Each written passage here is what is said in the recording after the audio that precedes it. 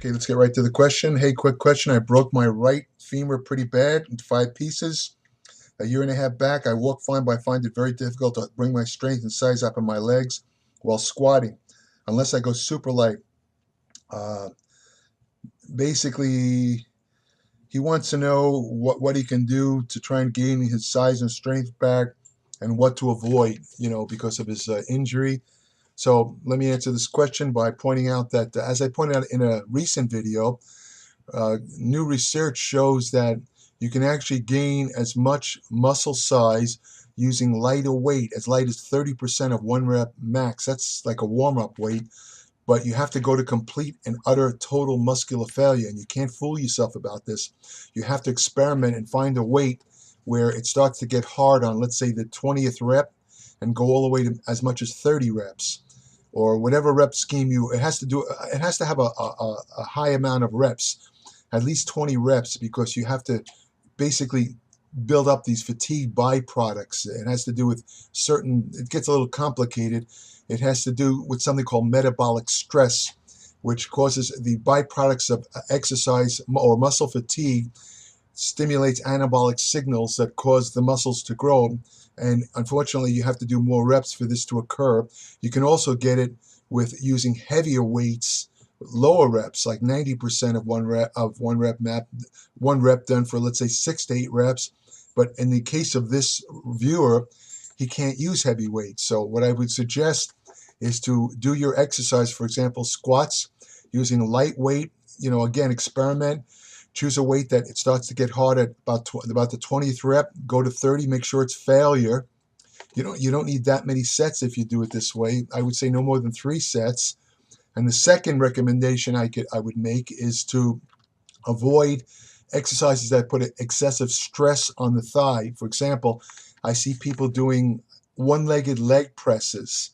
I honestly do not know the advantage of doing a one-legged leg press. To me, it's an odd exercise. And from a biomechanical point of view, it throws your hips into a very, very dangerous alignment situation where you can get a serious hip injury. It's a stupid exercise, and it makes no sense. When I see somebody doing a one-legged leg press, I think the first thought that comes to me is this person has no idea of how to train. So avoid one-legged exercises, especially on that bad leg, which doing so would be suicide in your case.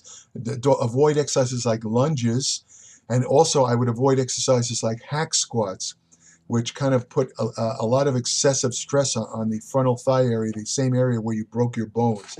So those are my suggestions. Of course, you want to eat a lot of protein, take certain minerals like manganese, zinc to help the healing process, vitamin C, and eventually you should be okay.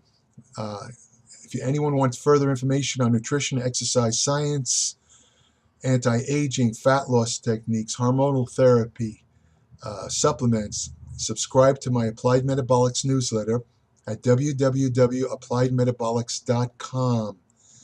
40 to 50 pages each month, no advertisements, no bullshit. I promise you. I cover material in this newsletter that does not appear anywhere else. It's not on any internet site. It's not in any magazine, never will be in any magazine, because the magazines, they don't have the people that can find this stuff. So with that said, I wish you all a good day. And again, I reiterate that anyone who wants the best friend they could ever have, go adopt a shelter dog. I have 2 of them. I never regretted it. They're fantastic, and they do a lot for me. Take care.